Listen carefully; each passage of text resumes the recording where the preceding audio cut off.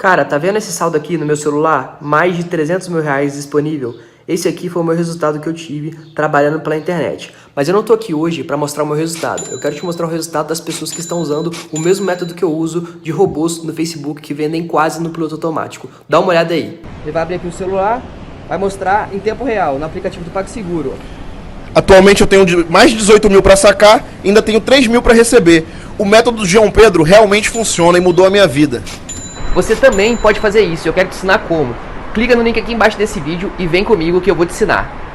Cara, 3 meses atrás eu mal sabia mexer em Facebook. Olha só esse resultado. Mas esse valor eu ganhei apenas em 13 dias. Olha isso.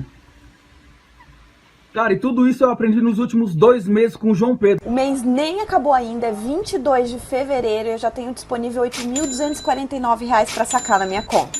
E todo esse valor eu aprendi sendo aluna do João Pedro. Olha só que legal, já fiz 54 vendas e faturei R$ 5.222,55. Tudo isso eu aprendi com o João Pedro. Que tal resultados como esse? Quase 11 mil reais em menos de 2 meses. Sabe como eu consegui isso? Aprendi com o João Pedro. Quer aprender como que eu fiz isso? Então clica no link da descrição desse vídeo que eu vou te contar o meu segredo. As equipes, no caso, erros de jogadores do Flamengo, erros individuais, pelo menos eu vejo dessa maneira, né? O primeiro do Isla, ele não tinha opção de passe, mas ele poderia ter jogado a bola para frente, poderia ter tentado alguma outra alternativa. O do Gustavo Henrique eu achei pior, porque o Natan estava aberto à esquerda e poderia receber a bola. Se ele não sentisse segurança de fazer o passe ali, achasse arriscado, poderia ter tentado uma invertida para o lado esquerdo, alguma coisa assim. E ele esperou até se complicar e perder a bola. É difícil até entender o que se passou na cabeça do zagueiro naquele momento. É claro que tem mérito internacional, porque criou uma situação de dificuldade para os defensores do Flamengo a ponto de perderem a bola. Ele, acho que é erro, talvez falte treinamento, certamente falta treinamento, né? Quase os times não treinam, mas ajustes, mas acho que tem muito de erro individual. 2 jogadores já com uma certa experiência e que poderiam ter saído daquela enrascada de uma forma minimamente segura, o que não aconteceu. Mas o Inter no primeiro tempo foi melhor, já tinha criado chances antes até de fazer os gols, né? Teve 2 oportunidades pelo menos, criou outras oportunidades. E no segundo tempo aí mudou bastante, né? Muito se discutiu a questão do Gerson, né?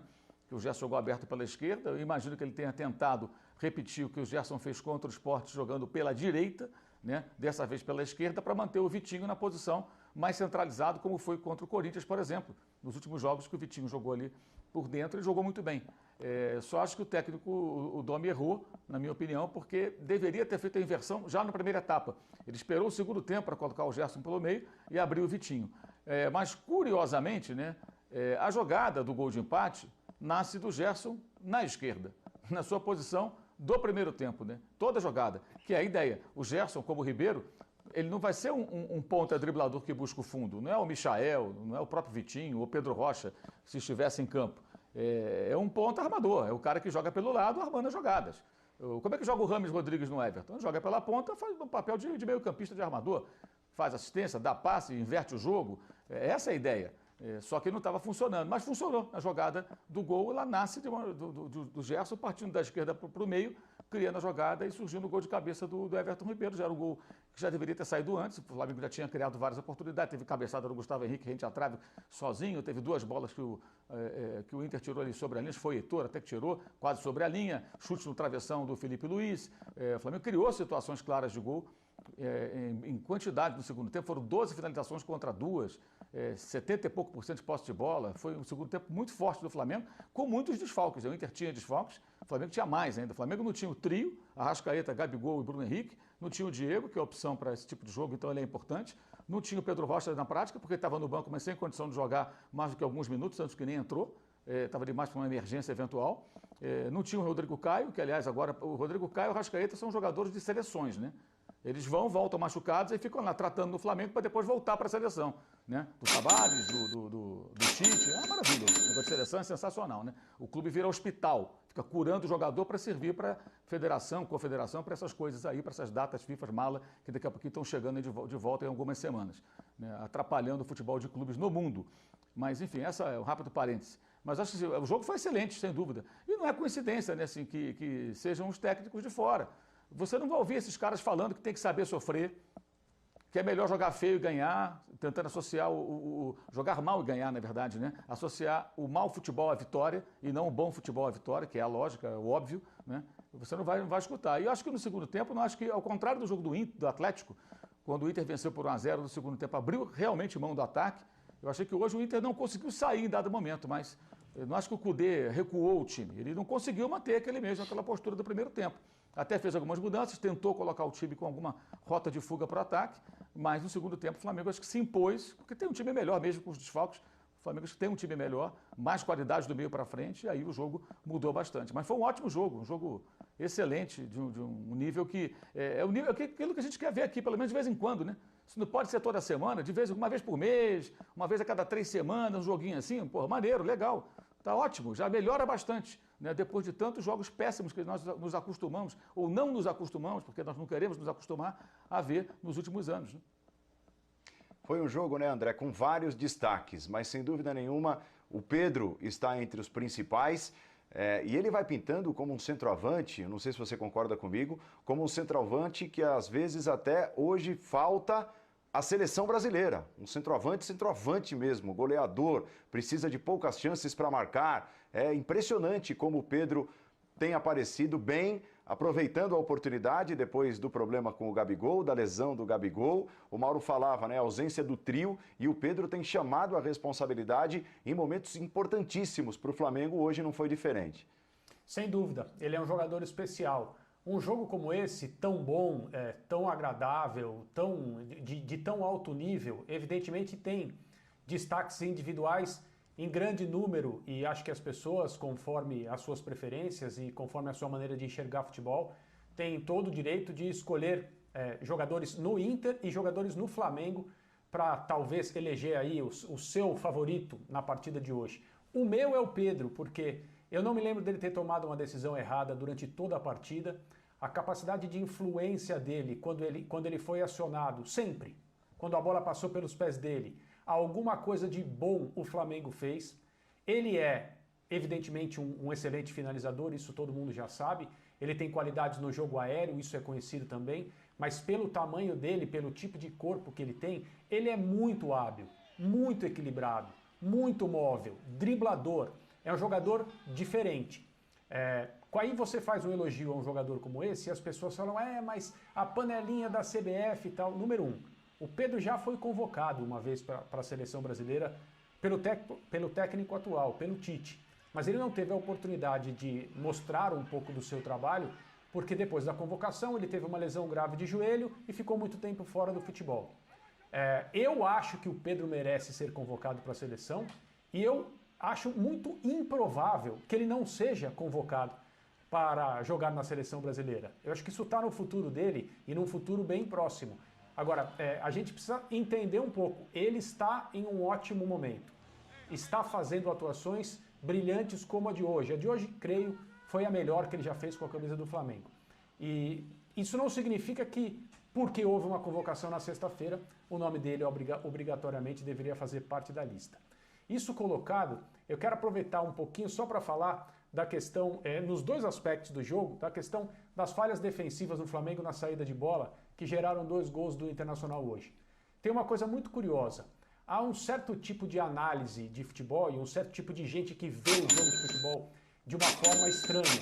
É como se gols não pudessem ser gerados por erros para ter o mesmo valor de gols que são apenas originados por mérito individual. Então, assim, um exemplo bem aleatório. A seleção brasileira de 82, que é um dos melhores times que nós todos aqui vimos jogar e faz parte da formação futebolística de tanta gente, perdeu para a Itália porque também, e não só por isso, e eu não quero usar esse lance como um bode expiatório, um alvo preferencial, nada disso, porque um jogador fantástico como o Toninho Cerezo, que não merece ser lembrado por isso, porque ele fez milhões de coisas muito melhores do que esse erro que ele errou um passe no campo de defesa na intermediária e a Itália fez um gol. O fato dos erros terem sido cometidos hoje, quando o Flamengo tentava sair jogando com a sua zaga reserva, não necessariamente vão, quando acontecem ou quando acontecerem, gerar gols do adversário. Hoje isso aconteceu. Por quê? porque assim o Flamengo é programado para jogar futebol. Assim o Flamengo é treinado para ser melhor do que o seu adversário. Assim o Flamengo entende atualmente, com essa comissão técnica, que deve levar a bola do seu campo de defesa ao campo de ataque. O Mauro citou o gol de empate com a presença do Gerson pela esquerda, motivo de polêmica. O primeiro empate, o gol do Pedro, sai em uma bola levada da defesa para o ataque à lá Flamengo, como quer o seu técnico, como querem os técnicos que trabalham o futebol desse jeito. E o jogador envolvido no início é exatamente o Isla, que é o cara que erra a jogada na primeira oportunidade de gol do Internacional quando sai 1-0. Então até uma situação, o jogador preparado para isso tem que ser capaz de absorver o erro que ele cometeu e continuar jogando da forma como ele é determinado e da forma que ele treina. Ah, mas o chutão é proibido. Não, o chutão não é proibido. Não existe nenhum técnico de futebol que tenha dito a um seu jogador que independentemente da circunstância não é para rifar a bola ou para quebrar, como se fala, ou para jogar para frente. Isso só não é primordialmente a maneira como aquele time interpreta o seu modelo. Então no jogo de hoje houve, eu concordo com o Mauro, erro na tomada de decisão individual. Não é um erro do modelo, é um erro da execução do modelo. Ah, mas André, não dá para executar o modelo enquanto ele não estiver pronto. E como que se faz isso? Como que se faz isso no futebol? Sem tempo para treinar. E nós seremos hoje um time assim. Na próxima semana nós seremos outro time. Nós usaremos outros conceitos. Você escolhe uma personalidade, você escolhe um conjunto de ideias e você tenta ser o melhor que você pode ser com esse plano na sua cabeça. Então, são esses os dois aspectos. Às vezes as pessoas tratam gols originados em erros de tomada de decisão individual, como aconteceu hoje 2 vezes, isso não é comum, isso não é frequente, como se fossem gols assim. O cara chutou do campo de defesa, a bola bateu 2 vezes no travessão, na cabeça do goleiro e entrou, como se fossem anomalias do futebol. E não são. Um time como o Flamengo tem que ter a personalidade de errar assim e se recuperar no jogo, jogando assim, porque é assim que ele joga. E foi isso que aconteceu. Tremendo jogo, tremenda partida de futebol, dessa de olhar e falar assim, ainda temos isso, esquece o ainda, perdoe o ainda, temos isso aqui. Eu acho que os torcedores, eu escrevi isso no Twitter, os torcedores do Flamengo e do Internacional devem estar orgulhosos pelo jogo que os seus times produziram. Isso não significa estar feliz com o resultado, o Inter levou um gol no final e tudo mais. A torcida do Flamengo reclama dos pênaltis e tal, tudo isso a gente pode discutir. O produto final, o jogo que Inter e Flamengo fizeram, é um jogo para dar orgulho às torcidas dos times envolvidos. E felizmente que nós podemos ver jogos assim no futebol brasileiro. Infelizmente, não com a quantidade que a gente gostaria. Pedro, e assim, ainda voltando para a qualidade do Pedro, para as finalizações, o André acabou de ressaltar e falar sobre os erros defensivos, até para trazer o Atlético para essa história também, talvez, ainda bem, né, que o aspecto técnico continua falando tão alto no futebol. Ontem o Atlético finalizou quase 30 vezes e não tem, talvez, o Atlético no seu elenco um tão bom finalizador quanto tem o Flamengo no Pedro e como tem o Internacional no Thiago Galhardo, que vive uma fase espetacular, né? Aí o aspecto técnico, apesar da gente passar minutos e minutos, horas e horas falando de treinadores, suas escolhas, opções táticas, o aspecto técnico pode ser fundamental para a definição de quem vai lutar realmente pelo título? O jogo hoje foi muito bom, Paulo, não só pelo que se viu de ideias, né? A gente viu um manancial de ideias ali, né? Variação do Inter no primeiro tempo, variação do Inter dentro do primeiro tempo, do Flamengo no segundo tempo, o Domi mudando um jogo sem mexer peça ali no início do segundo tempo. Teve muita beleza, vamos dizer assim, do lado tático. Mas é óbvio, decidiu pelo talento. Talento do Galhardo, talento do Pedro, talento do Gerson, talento do Everton Ribeiro, de saber se posicionar. Não é exatamente um grande finalizador de cabeça, mas vem mostrando nas últimas semanas que também voltou a incluir em seu repertório de finalização. E algo que o Atlético perdeu nas últimas semanas. Acho que pode decidir sim, mas não acho que seja exatamente assim algo que o Atlético não tem mais. A gente sentava aqui para falar da grande ideia de jogo do Atlético, quando teve tempo para treinar, que era um time muito bem treinado pelo Sampaoli, que sabia o que fazia com os dias livres, era um time que não era exatamente dos melhores valores, dos jogadores mais caros, sabe, dos nomes mais incontestáveis dentro do seu elenco, mas tinha uma ideia, e a partir do momento que essa tal ideia deixou de ser bem executada porque não tem talvez um Pedro, não tem talvez um Galhardo, que também não é exatamente o melhor atacante do futebol brasileiro, mas vive um grande momento, sabe? O Inter do Kudê consegue potencializá-lo. Então, assim, tá faltando sim essa peça, esse grande nome técnico do Atlético. Talvez por isso o São Paulo esteja aí, ensandecido até agora, buscando camisa 9, buscando reforço, buscando meia na Argentina. Ele sabe que ainda falta, talvez, não basta só o trabalho tático bem executado, a ideia de jogo bem concebida e bem executada. Falta ainda, talvez, um nome para executar, um nome para resolver um jogo apertado, um nome para resolver um empate como ontem. E claro, isso o Flamengo tem, o Inter, se não tem tanto, tem hoje sim na figura do Galhardo, mas é um jogador que talvez a gente não sabe se tem exatamente um brilhantismo para manter um padrão durante todo o brasileiro. A gente vem falando desde o início e sim, até agora ele vem mantendo, até agora artilheiro do campeonato.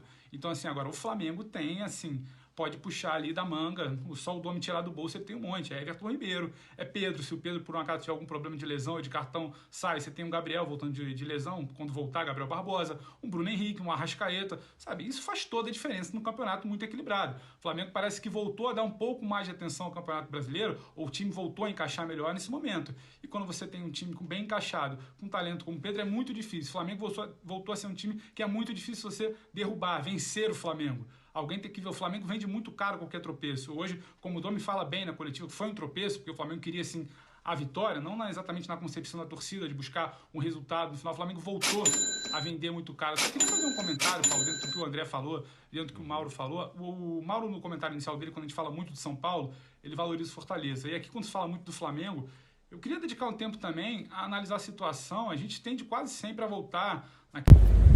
Pessoal, tá vendo esse Camaro aqui? Em um mês trabalhando pela internet, eu consegui o valor dele. Dá uma olhada aí. Quer aprender como que eu fiz isso? Então clica no link na descrição desse vídeo que eu vou te contar o meu segredo.